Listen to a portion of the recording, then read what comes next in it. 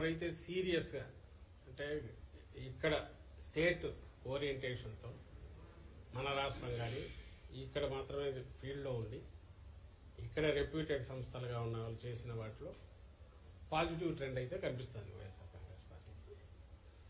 ఢిల్లీలో కూర్చొని parliament as a యూనిట్గా తీసుకొని 100-200 శాంపుల్స్ వాళ్ళు ఎక్కడెక్కడ ఫోన్ల మీద తీసుకుంటారో ఎట్లా అలాంటి వాటిలో కొంత బీజేపీకి అడ్వాంటేజ్ ఇవ్వాలనే ఒక ముందే టార్గెట్ పెట్టుకొని చేసినట్టు అనిపిస్తుంది. సో ఏది ఏమైనా ఇంకా 48 అవర్స్ మనకు ఈ టైంకు ఐ థింక్ ఎల్లుండి మొత్తం ఈవీఎంలన్నీ ఓపెన్ అయిపోయి ఉంటాయి. రిజల్ట్ కూడా ఆల్మోస్ట్ తెలిసిపోయి ఉంటుంది. పాయింట్ వచ్చి ఇక్కడ ఏదంటే మళ్ళీ ముందు నుంచి మేము చెప్తున్నదే మళ్ళీ చెప్తున్నాం.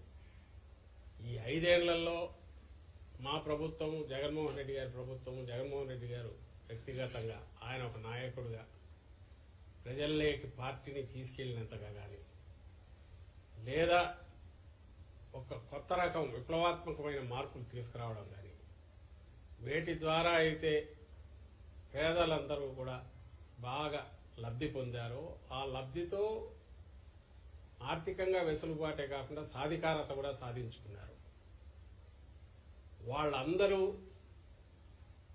ఖచ్చితంగా తమ ఆదరాభిమానాలు జగన్మోహన్ రెడ్డి గారికి మా పార్టీకి చూపించారనేది ప్రస్ఫుటంగా ప్రతి మా ఎలక్షన్ క్యాంపెయిన్లో కానీ లేదా అంతకుముందు గడపకపోయినప్పుడు పార్టీకి వచ్చిన ఆదరణలో కానీ కనపడుతుంది. అటువైపు ఏం జరిగింది, కూటమి అనేది వాళ్ళు ఫామ్ అయినప్పటి నుంచి చంద్రబాబు నాయుడు గారు కానీ తర్వాత పవన్ కళ్యాణ్ గారితో పెట్టుకున్నాకైనా ఆఖరణ బీజేపీ పంచన చేరి రోజుల తరబడి కూర్చొని వాళ్ళని ఎట్టోట్లా ఒప్పించుకొని వాళ్లకు వాళ్ళు అడిగినన్ని సీట్లు కొంత ఇచ్చి సర్దుబాటు చేసుకున్నా ఒక గ్రాండ్ అలయన్స్ లాగా అయితే బాగా కనపడింది. అంటే అందరూ కలిసి ఏకమయ్యారు.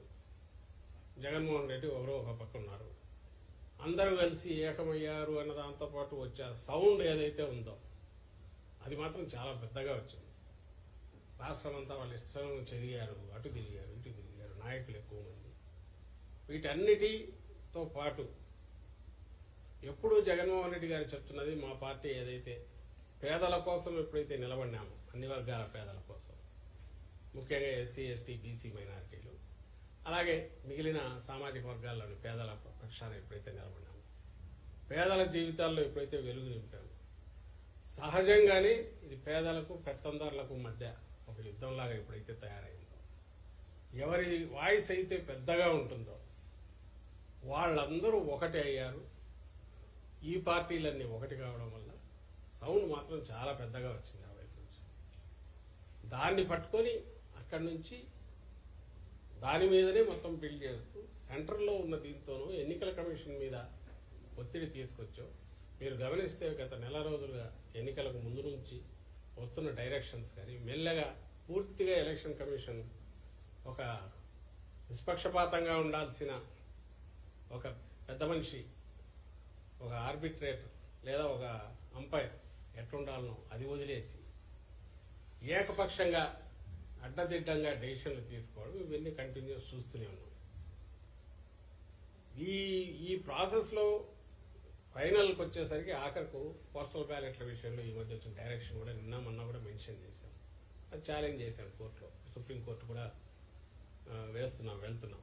నిన్న ఇక్కడ హైకోర్టులో వెసులుబాటు రాకపోవడంతో ఇవన్నీ దేని సూచిస్తున్నాయంటే అధికారం, సెంటర్లో ఉన్న అధికారం అడ్డం పెట్టుకొని ఇప్పుడు ఎన్నికల కమిషన్ పరిధిలోకి ఇక్కడ అధికార యంత్రాంగము వస్తుంది. ఎన్నికలన్నీ దానాధ్వర్యంలో జరుగుతాయి కాబట్టి పోలింగ్లో కానీ, పోలింగ్లో కుదరకపోతే కౌంటింగ్లో కానీ ఏమైనా ఇన్ఫ్లుయెన్స్ చేయగలమనే ప్రయత్నం ఏమైనా చేస్తున్నారేమో అనే అనుమానాలు బలపడుతున్నాయి, వరుసగా జరుగుతున్నవి.